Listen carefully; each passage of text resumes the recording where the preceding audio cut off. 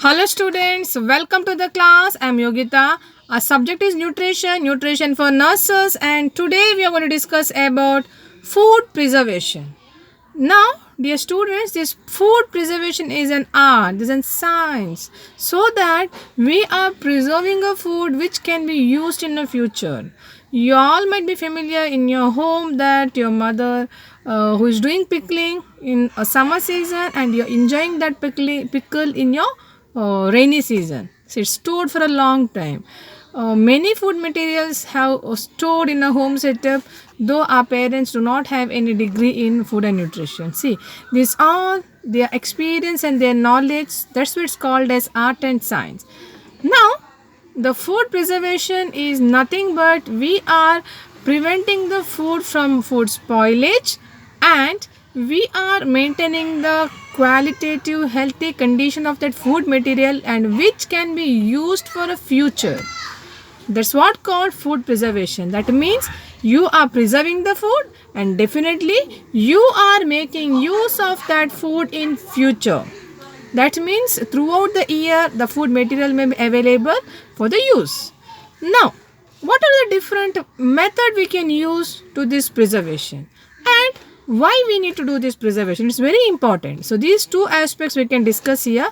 Now, first, the importance or purpose, objective of food preservation is definitely we are helping we are preventing the food from food spoilage so that we can use the food in a future use. When we preserve the food properly, so that this particular food material will have a lengthy life as well. When we use a right technique to preserve and we preserve the food materials and the fruits or vegetable, then throughout the year we can make use of that food material. When we preserve the food material in a home setup, definitely that will be economically cheap for us because we are purchasing in a bulk where the cost will be less and we are preserving it for a long time. So economically it will be helpful for the family. And when we preserve the food material, definitely life will increase.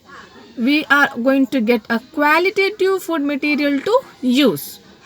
Because sometimes preservative might be added, some chemical might be added which is available in the market and we are bringing that and consume. But here in home setup you are preserving naturally so that these foods are free from your chemical, all the kind of other irritations, so that these foods are good for health. So that's the important purpose, objective, all these things about the food preservation. Next, the different methods of food preservation. The different methods of food preservations are canning, refrigeration, freezing, pickling, using sugar, dehydration, heating, and what else? Yes, using chemical preservative. These are the different methods are used.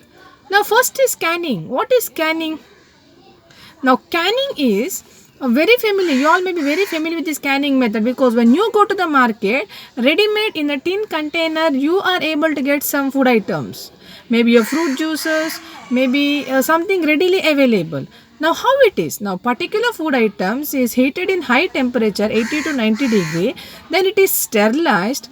Then it is cooled. Then it is packed in a container and sealed. And what container we are using, these containers are pre-sterilized and in a sterile environment we will pack the food item so that all the measures are taken that food is not get contaminated and there is no chance that food gets spoiled. So this is the method. This is one of the commercial method. Because of that we are able to run this business. See, because of that we are able to preserve a lot of food materials which is available in non-season also. See, this method is called canning. Okay, definitely we cannot use it in home setup. Now, what we can do in home setup? Home setup we can do container method. Container. Now, container method means you are selecting a different cereals or pulses.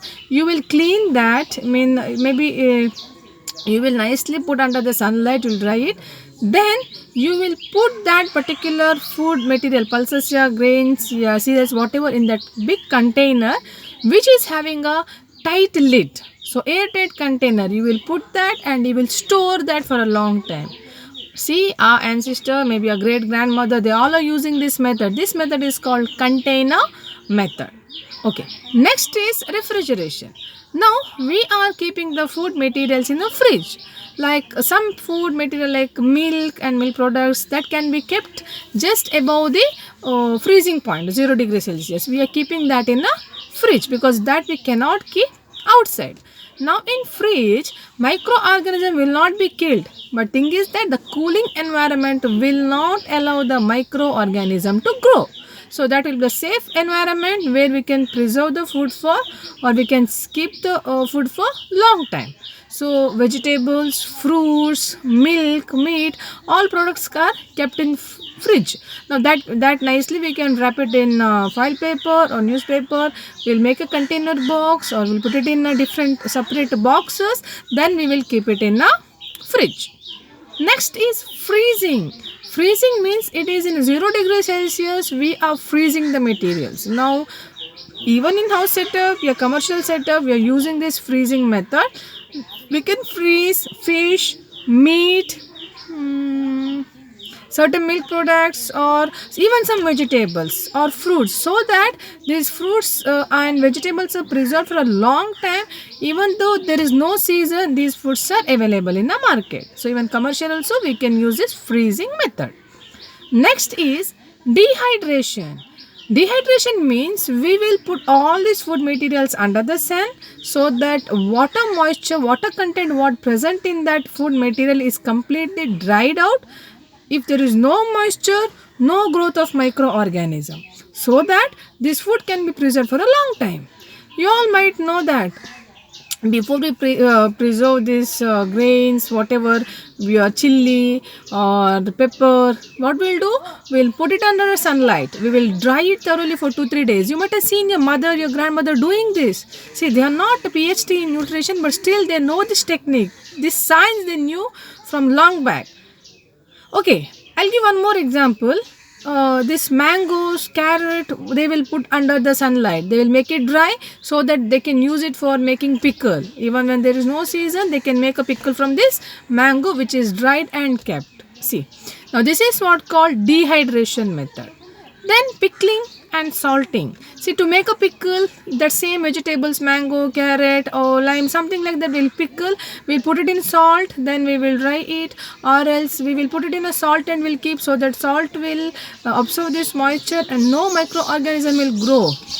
Then we can use that in a future use. This method is called pickling or salting method. Then we can also use sugar to preserve. Making a fruit jam, we are adding a sugar. Now sugar is also act like a preservative so that this particular jam what is prepared from that particular fruit pulp can be kept for a long time. Okay, now this is called salt, using salt as a preservative. Now apart from that, in commercial setup we can also use certain chemicals to preserve this food material. Certain chemicals like sodium benzoate, benzoic acid, citric acid, vinegars are used. This is in commercial setup. You are using certain preservatives, certain chemicals to preserve the food materials. Even using vinegar can also done in home setup. Vinegar is used to preserve some of the fruit or vegetables in home setup also. So dear students, these all are the important methods of food preservation either in home setup or in commercial setup. Canning, container method, freezing, refrigerator, then drying, pickling, salting, using jam, vinegar and using different chemicals. Okay, now definitely in home setup also we are using almost same kind of materials. We are using container method in home setup and we are using fridge, keeping all the milk and milk products and vegetables are in the fridge, and we can preserve the egg in home setup, room temperature for 15 to 30 days. Then vegetables and pulses, cereals that can be cleaned well and put it in a separate container, airtight container, so there is no contact with the rodents, insect, and we can preserve. Vegetables also can be preserved. So you need to see that what kind of food you can preserve for how many days. If it is gets spoiled in another 3-4 days, then better you no need to purchase that in a bulk. You purchase the quantity how much you want for daily routine purpose. So this is all the method of food preservation. I hope you understood, and definitely practically you're doing it in home setup. So just think and write your answer. Nothing to buy heart here, because fridge, freezer, salt, pickle, drying, everything you're using in your home setup, dear student. So better you think and write practically. Your answers will be very nice, so that you're able to score some marks. I see you in the next class with a new concept. Thank you all.